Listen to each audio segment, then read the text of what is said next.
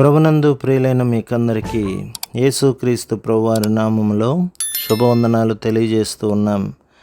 ఎడారిలో సెలయేర్లు అనే ఈ దిన ధ్యానము కొరకై స్వాగతం. జూన్ 27. నీ దేవుడు నీకు బలము కలుగ నియమించి ఉన్నాడు. కీర్తన గ్రంథం 68వ అధ్యాయం 28వ వచనం. మన జీవితంలో ప్రతిదీ స్పష్టంగా తగినంత తీవ్రతతో జరిగేలా దేవుడు మన వ్యక్తిత్వాలకి బలాన్ని ప్రసాదిస్తాడు. మన అంతరంగాలు దేవుని ఆత్మశక్తి వలన బలపడతాయి. ఇది ఉడిగిపోయే శక్తి కాదు. ఎంత వాడుకున్నా తరగని పెద్ద మొత్తాలలో మన శక్తి సమకూడుతుంది. నీ రోజులు ఎలాగో నీ బలము అలాగే అభివృద్ధి చెందుతూ ఉంటుంది. మానసిక శక్తి, నిర్ణయాలు తీసుకోగలిగే శక్తి, ఇతరుని ఆప్యాయంగా చూడగలిగే మనసు, సరైన ఆదర్శాలను రూపొందించుకోగలిగి వాటిని సాధించగలిగే శక్తి, ఇవన్నీ నీలో దినదినాభివృద్ధి చెందుతాయి. నేను సాగిపోవడానికి దేవుడే నాకు శక్తి. బ్రతుకుబాట చవి సారం లేనిదైనప్పటికీ ముందుకి అడుగు వేసే శక్తినిచ్చేది దేవుడే. మలుపు లేని ఇరుకు దారిలో, ఆహ్లాదకరమైన సంఘటనలేమీ లేని చప్పిడి జీవితపు సుదీర్ఘ ప్రయాణంలో, ఆత్మ కృంగిపోయిన వేళల్లో, మార్పు ఏమీ కనబడని గానుగెద్దు బ్రతుకులో బలాన్నిచ్చి నడిపించేది ఆయనే. పైకి ఎక్కిపోవడానికి దేవుడే నాకు శక్తి.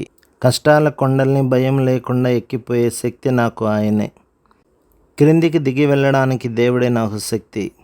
మనస్సును ఉత్తేజపరిచే ఉన్నత శిఖరాల నుండి కొండగాలిని, వెచ్చని సూర్యరశ్మిని వదిలి కొండ దిగి వచ్చేసే వేళలో గాలి స్తంభించి గుండె బరువెక్కితే బలమిచ్చి నన్ను ఆదరించేది ఆయనే.